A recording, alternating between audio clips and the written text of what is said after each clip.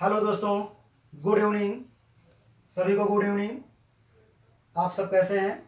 उम्मीद करता हूं कि सब लोग ठीक ही होंगे, मस्त होंगे। तो हम लोग सीख रहे थे कल डबल डेट के क्वेश्चन, और डबल डेट में मैंने आपको होमवर्क दिया था। दो क्वेश्चन हैं, पहला क्वेश्चन दिया गया है, सेकंड क्वेश्चन। ये दो क्वेश्चन हमने कल आपको होमवर्क में दिए थे। लेकिन एक समस्या है कि आप में से जितने भी लोग मेरे चैनल से संपर्क रखते हैं, पढ़ाई करते हैं, अभी तक आप लोगों ने इसमें कमेंट तो किया है, लेकिन क्वेश्चन का सॉल्व कोई आंसर किसी ने भी नहीं किया है। तो मैं कहूँगा कि सपोर्ट आप लोग कर रहे हैं, कोई दिक्कत नहीं है, इसी तरह सपोर्ट करते रहिए। लेकिन मैं जो क्वेश्चन दूँ इस उसका सॉल्व भी आप इसमें कमेंट में करिए। बेस्ट ट्रिक ये सब सही है, कोई दिक्कत नहीं है, अच्छा पढ़ाते हैं, ये है सब आप अच्छा बताते हैं, ठीक है। लेकिन मैं कब जानूंगा कि मैं कब अच्छा पढ़ाऊंगा? जब आप मेरे क्वेश्चन का आंसर देंगे कमेंट बॉक्स में। अगर आप मेरे क्वेश्चन का आंसर दे रहे हैं तभी तो मैं जान पाऊंगा ना कि मैं अच्छा पढ़ा रहा हूँ। तो प्लीज़ आप मेरे जो क्वेश्चन होते हैं होमवर्क में, मैं जो आप लोगों को क्वेश्चन लास्ट में देता हूँ, कमेंट बॉक्स में उसका आंसर ज़रूर बताएं। तो स्टार्ट करते हैं आज की क्लास। उसके पहले आप लोग अगर लाइक नहीं किए हैं तो लाइक कर दीजिए, सब्सक्राइब कर लीजिए और शेयर कर दीजिए, जिससे कि आपके मित्र भी देख पाएँ और कॉन्सेप्ट को क्लियर कर पाएँ। स्टार्ट करते हैं। 23 अगस्त 2020 सोमवार। 23 अगस्त 2020 को कौन सा दिन? ठीक है, तो मैंने बताया इक्वल कट जाएगा, ये कट जाएगा 2020। और ओ सॉरी, क्वेश्चन में थोड़ी सी मिस्टेक है, यहाँ पर भी 2020 दे दिया गया, तो हर इक्वल हो गया है। यहाँ पे 2020 नहीं होना चाहिए, क्वेश्चन कुछ दूसरा ही रहा होगा। चेक कर लेते हैं एक बार क्वेश्चन को। अगस्त होगा यहाँ पे आपका अगस्त होगा। ये आपका दिसंबर हो जाएगा, तो ये 20 और 20 कैंसिल हो जाएगा, ये कैंसिल हो जाएगा, यहाँ पे अगस्त और ये दिसंबर। ठीक है, तो आपको अगस्त और दिसंबर के मंथ केवल यहाँ पे वो करने हैं। तो मैं अगस्त की अगर बात करूँ, यहाँ पे ये साल हो जाएगा, यहीं पे इतने में ही साल हो जाएगा। इस मंथ को क्लियर नहीं करना है। अगस्त में, अगस्त जो महीना होता है वो 30 दिन का होता है, और 30 में से मैं अगर आपसे पूछूँ कि विषम दिन कितने होंगे, तो बोलोगे, ओ सॉरी, जो अगस्त आएगा वो 31 का आएगा। कितने का? 31 का। और 31 को ये 7 से डिवाइड किया जाए, 31 को यदि 7 से डिवाइड किया जाए तो विषम दिनों की संख्या कितनी आ जाएगी? 3 आ जाएगी। विषम दिनों की संख्या कितनी आ जाएगी? 30 आ जाएगी। 3 आ जाएगी। मैंने इसके पहले भी आपको सॉल्व करके बताया है कि जितने भी 31 वाले मंथ हैं उनमें विषम दिनों की संख्या 3 होगी। तो यहाँ पे मैं 3 लिख सकता हूँ। अगस्त के बाद सितंबर आएगा, और सितंबर पे 2 हो जाएगा। अगस्त, सितंबर, अक्टूबर, नवंबर और दिसंबर यहाँ पे काउंट नहीं होने वाला है। ठीक है, दिसंबर जो होगा यहाँ पे काउंट नहीं होगा। तो ये हो जाएगा 2 3 2 2, ये पूरा 7 हो जाएगा। 2 2 4 3 7, ये 7 के पेयर में मैंने इसको कैंसिल कर दिया, किसी को कोई प्रॉब्लम नहीं होनी चाहिए। और 3 ये आपके विषम दिन आ गए, यानी और डेज आ गए। जो आपके और डेज आए हैं, ये कितने आए हैं? 3 आए हुए हैं। तो 23 अगस्त 2020 को सोमवार था, तो 23 दिसंबर वाली डेट अगस्त के बाद में आएगी। तो बाद के लिए आपने क्या किया था?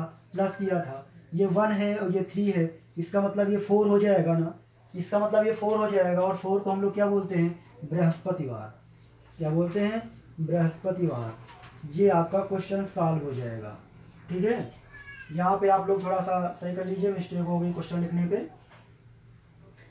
जिसके बाद का क्वेश्चन आपके सामने दिया गया है, 10 फरवरी 1911 को सोमवार, 10 फरवरी 1923 को कौन सा दिन होगा? तो यहाँ पर भी सिंपल है, ये कट जाएगा, कैंसिल हो जाएगा, और ये भी कैंसिल हो जाएगा, कैंसिल हो जाएगा। तो यहाँ पे जो ईयर है आपका, ईयर यहाँ से और डेज निकालेंगे हम लोग, तो 1911, और इस काउंट में नहीं आएगा। 1923 जो ईयर होगा वो काउंट में नहीं आएगा। तो जो 11 सन होगा मेरा, 11 साधारण होगा, इसलिए विषम दिनों की संख्या कितनी आ जाएगी? 1 आ जाएगी। 11 साधारण होगा, इसलिए विषम दिनों की संख्या कितनी आ जाएगी? 1 आ जाएगी। 11 के बाद फिर 12 आएगा, 1912, और 1912 जो कि एक लीप ईयर है, इसलिए विषम दिनों की संख्या कितनी? 2। उसके बाद 13 आ जाएगा, और 13 में फिर 1, 14 आ जाएगा, 14 में 1, और 15 आ जाएगा, 15 में 1, और 16 में 2, 17 में 1, 18 में 1, 19 में 1, और 20 में कितने होंगे भाई? 2, और यहाँ पे 21 में 1, और 22 भी 4 से डिविजिबल नहीं, 1, और इसके बाद 23 यहाँ पे काउंट नहीं करने हैं आपको। 23 जो ईयर होगा जो 1923 वो आपको काउंट नहीं करना है। तो सभी को समझ में आ रहा होगा। तो यहाँ से मैं 7 का पेयर भी बना सकता हूँ, 1, 3, 4, 5, 6, और ये 7, 2, 3, 4, 5, 6, 7, यानी 1 बचेगा। यहाँ से कितना बचेगा? 1 बचेगा। और जो 1 बचेगा तो यहाँ पे आप कह सकते हो 10 फरवरी 1911 था, यहाँ पे 10 फरवरी 1923 आ रहा है, यानी आगे की डेट पूछ रहा था आपसे। कैसी डेट पूछ रहा है आपसे? आगे की डेट पूछ रहा है। तो आगे की डेट में क्या होगा, यानी सोमवार में +1 कर देंगे, यानी 1 ये भी है, और 1 प्लस हुआ तो कितना हुआ? 2, और 2 को क्या बोलते हैं हम लोग? मंगलवार बोलते हैं। सोमवार के आगे एक दिन कौन सा होगा? मंगलवार हो जाएगा। यही आपका फाइनली आंसर हो जाएगा। तो ये बिल्कुल समझ में आ रहा होगा आपको। बस आप कॉन्सेप्ट क्लियर कर लें। अगर अभी भी ऐसा नहीं समझ में आ रहा है तो पिछले वीडियो आप देख सकते हैं जा करके, ठीक है। तो बिल्कुल धमाकेदार क्लास है, इसमें कोई दिक्कत नहीं होनी चाहिए आपको समझने में। नेक्स्ट क्वेश्चन चलते हैं। क्वेश्चन है 11 फरवरी 2004 को सोमवार है, तो 11 फरवरी 2015 को कौन सा दिन होगा? ठीक है। तो देखिए इसमें भी सिंपल है, आप लोग सॉल्व कर सकते हैं। और देखो 11 से 11 आपका कैंसिल, फरवरी से फरवरी कैंसिल, केवल ईयर में से आपको ऑड डेज निकालने हैं। ईयर में से आपको ऑड डेज निकालने हैं, तो आप ईयर में ऑड डेज फाइंड कर लीजिए और आंसर बता दीजिए। 2004 था, यहाँ पे कितना था? 2004 था। अब 2004 जो है वो आपका कैसा ईयर है? लीप ईयर है।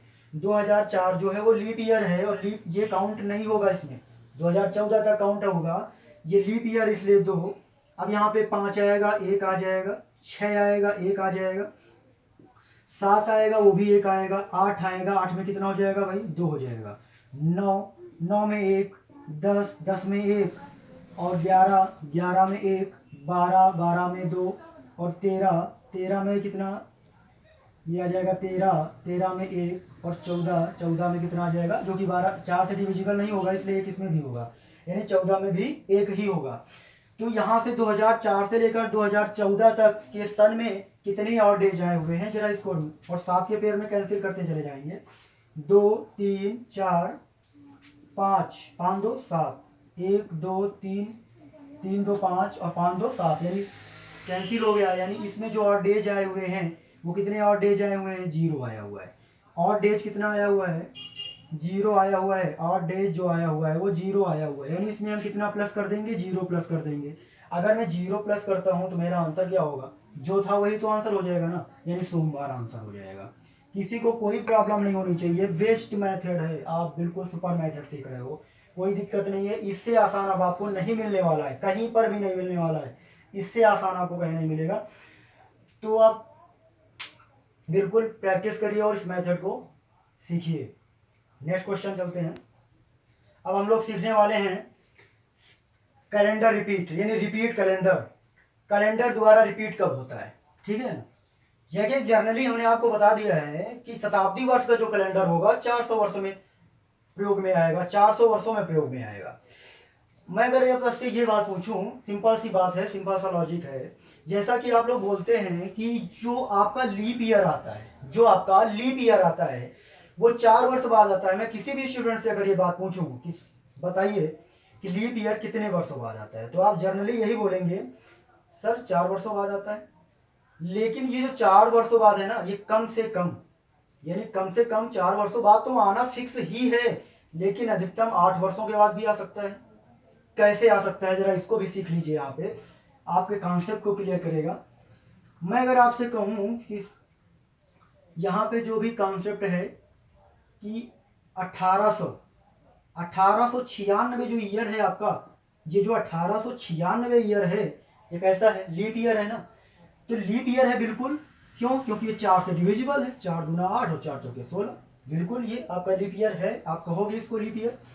लेकिन 4 वर्ष बाद जो आएगा सन, वो भी तो लीप ईयर होना चाहिए। इसके 4 साल बाद कौन सा आएगा? 1900 आएगा। भाई 4 ऐड कर दो, 1900 आ जाएगा कि नहीं आ जाएगा? 4 वर्ष ऐड कर दीजिए, 1900 आ जाएगा। अब ये बताओ, जो 1900 आपका आया है, क्या ये 400 से डिविजिबल है जो लीप ईयर हो सकता है? आप बोलोगे बिल्कुल नहीं, क्योंकि 400 से डिवाइड करेंगे, और 400 से डिवाइजिबल करेंगे यानी डिवाइड करेंगे, तो ये 400 से डिवाइड नहीं होगा, तो ये साधारण की शताब्दी हो जाएगी। अगर साधारण की हो गई तो फिर लीप कब आएगा? सर 4 और प्लस करना पड़ेगा, यानी ये 1904 हो जाएगा। तो यानी यहाँ पे जो लीप ईयर आया है वो 8 वर्षों के बाद आया है। कितने के बाद आया है? 8 वर्षों के बाद आया है सर। तो यानी लीप ईयर 8 वर्षों के बाद भी रिपीट हो सकता है। इस बात को कॉन्सेप्ट में रखना अपने, यानी लीप ईयर जो है 8 वर्षों के बाद भी रिपीट हो सकता है। तो मैं अब यहाँ पे कैलेंडर का दोबारा प्रयोग करना आपको सिखाएंगे कि कोई भी कैलेंडर जो है, जो आपके घर में कैलेंडर आपने लगा रखा है, उसका दोबारा प्रयोग कब आएगा, जो कि आप लोग फेंक देते हैं कूड़ेदान में, जो कि आप उसको यूजलेस समझते हैं, 1 साल बाद उसको फेंक देते हैं। तो अब देखिए वो यूजलेस नहीं है, और समझिए इस बात को कि वो कैलेंडर दोबारा आपके घर में कब आपकी दीवार पे रख सकता है। तो पहले कुछ कॉन्सेप्ट होगा, वो कॉन्सेप्ट आप सीखेंगे, और उसके बाद ये भी सीख पाएंगे कि वो कैलेंडर दोबारा कब प्रयोग में आने वाला है जो आपके घर में लगा हुआ है। ठीक है, शेष फल और ये कॉन्सेप्ट पहले मैं सीखूंगा। कोई भी कैलेंडर हो सकता है, अगर वो साधारण वर्ष का कैलेंडर है। कैसा कैलेंडर है? साधारण वर्ष का कैलेंडर है। तो साधारण वर्ष का कैलेंडर जो होता है ना, वो साधारण वर्ष में ही प्रयोग होता है। साधारण वर्ष का जो कैलेंडर है वो साधारण वर्ष में ही प्रयोग होगा। पहला कॉन्सेप्ट नोट करिएगा आप लोग। साधारण वर्ष का कैलेंडर, पूरा का पूरा कैलेंडर साधारण वर्ष में ही प्रयोग में आ सकता है, कोई दिक्कत नहीं है। यानी कोई साधारण वर्ष का कैलेंडर है, पूरा का पूरा साधारण वर्ष में प्रयोग में लाया जा सकता है। ठीक है, लीप ईयर का जो कैलेंडर होगा, यानी लीप वर्ष का जो कैलेंडर होगा, वो पूरा का पूरा लीप वर्ष में प्रयोग में लाया जा सकता है, कोई प्रॉब्लम नहीं होगी। ठीक, इतना कॉन्सेप्ट आप नोट कर लीजिए, पहला कॉन्सेप्ट। सेकंड कॉन्सेप्ट यहाँ पे थर्ड नंबर पे बात आएगी कि साधारण वर्ष का जो कैलेंडर होगा, साधारण वर्ष का जो कैलेंडर होगा लीप वर्ष में कितना प्रयोग में होगा। पहली बात जो आपका मेन कॉन्सेप्ट है, 1 जनवरी से 28, 1 जनवरी से लेकर 28 फरवरी तक का प्रयोग में आएगा। अगर कोई ये जो कैलेंडर साधारण वर्ष का है, वो लीप वर्ष में अगर आपको प्रयोग करना है, तो कितना मैच हो सकता है? केवल उतना ही मैच होगा 1 जनवरी से, 1 जनवरी से लेकर 28 फरवरी तक, 28 फरवरी तक। यानी साधारण वर्ष का कैलेंडर लीप वर्ष में अगर आप प्रयोग कर रहे हैं तो 1 जनवरी से लेकर 28 फरवरी तक प्रयोग में हो सकता है। समझ में आई बात? ये कॉन्सेप्ट नोट कर लीजिए, और सारे प्रश्न अब आपसे सॉल्व हो जाएंगे, क्योंकि आपको क्या मिल गया है? ब्रह्मास्त्र मिल चुका है, और इससे आप सारे प्रश्न सॉल्व कर लेंगे, कोई दिक्कत नहीं होने वाली है। एक छोटा सा भी है, इस छोटे से कॉन्सेप्ट को भी क्लियर करिए, पूर्ण ज्ञान मिल जाएगा आपको इस कैलेंडर का, और उसके बाद आप सॉल्व कर पाएंगे।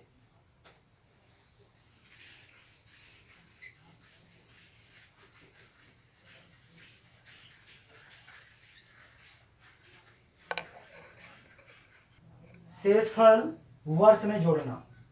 देखो शेषफल, इसको भी बाद में बताएंगे थोड़ी देर, पहले आपको थोड़ा सा बेसिक बता दें, कुछ ज़्यादा ही समझ में आएगा।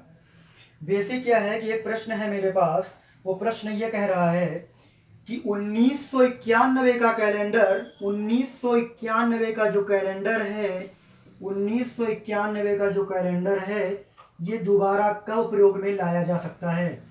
1991 का कैलेंडर दोबारा कब प्रयोग में लाया जा सकता है? तो ये आप लोग ये बताइए मेरे प्रिय दोस्तों, आप ये बताएंगे कि जो 1991 सन है, ये कैसा सन है? साधारण वर्ष है या फिर लीप वर्ष है? तो आप सभी लोग यही कहेंगे, क्योंकि आप सभी का कॉन्सेप्ट क्लियर है कि ये जो 1991 है, ये 4 से इसका भाग जो है पूर्णतया नहीं जा रहा है, यानी पूर्ण विभाजित नहीं है, इसलिए ये कैलेंडर जो है साधारण वर्ष का हो जाएगा, यानी है, हो नहीं जाएगा, है। क्योंकि 91 जो है वो 4 से विभाजित नहीं है, इसलिए जो विभाजित नहीं होता है उसको हम साधारण के में काउंट करते हैं। तो 1991 साधारण में है। तो मैंने अभी अभी कॉन्सेप्ट क्लियर कराया है कि जो साधारण वर्ष का कैलेंडर होगा वो साधारण वर्ष में ही प्रयोग में आने वाला है, यानी ये साधारण वर्ष में ही प्रयोग में आएगा। तो ये कैलेंडर कब आ सकता है? या तो 8 वर्ष बाद रिपीट मार सकता है, या तो फिर 15 वर्ष बाद रिपीट मार सकता है। नोट पॉइंट, 8 वर्ष बाद या फिर 15 वर्ष बाद रिपीट मारेगा। नोट करिएगा इस बात को। तो जरा देखते हैं हम लोग।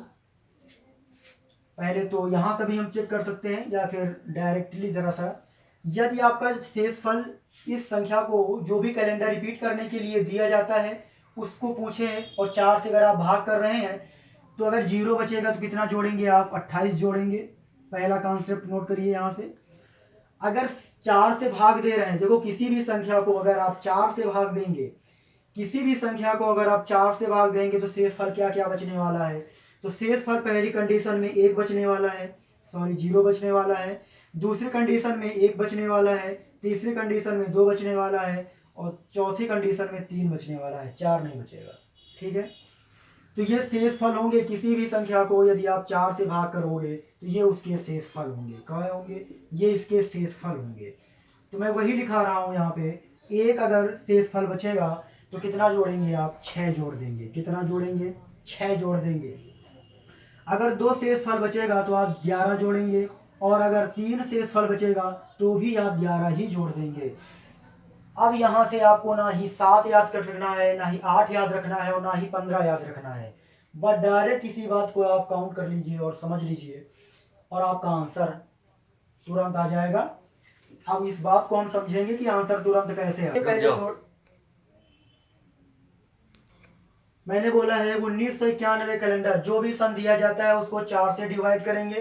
थोड़ी सी यहाँ पे गणित आने की जरूरत है कि 4 से विभाजिता का नियम ये होता है कि किसी भी संख्या का इकाई और दहाई का अंक 4 से विभाजित हो जाता है तो वो पूर्ण संख्या 4 से विभाजित होती है। वो पूरी की पूरी संख्या 4 से विभाजित होती है। यानी 1991 में मैं केवल 91 को 4 से डिविजिबल करूंगा तो कितना हो जाएगा? 4 दूना 8, 1 बचेगा, यहाँ पे 11 हो जाएगा। फिर 4 दूना 8, ठीक है, 8 3 11 होता है। यानी शेष फल, यानी यहाँ पे जो रिमाइंडर बचने वाला है वो कितना बचेगा भाई? 3 बचेगा। अब 3 रिमाइंडर अगर बच गया है, 3 रिमाइंडर अगर बच गया है तो कितना जोड़ना पड़ेगा? 11 जोड़ना पड़ेगा। तो मैं कह सकता हूँ कि 1991 में 11 जोड़ दीजिए, वो कैलेंडर पता लग जाएगा कि दोबारा कब रिपीट होने वाला है। यहाँ पे 2, यहाँ पे 10, यहाँ पे 10, यहाँ पे 2, यानी ये कैलेंडर 2002 में दोबारा प्रयोग में लाया जाएगा। और ये भी आपका साधारण वर्ष था और ये भी आपका साधारण वर्ष में ही प्रयोग होगा। ठीक है, तो बिल्कुल समझ में आया होगा। तो एक बार लाइक आपका बनता है, यहाँ पे लाइक करिए। Next question,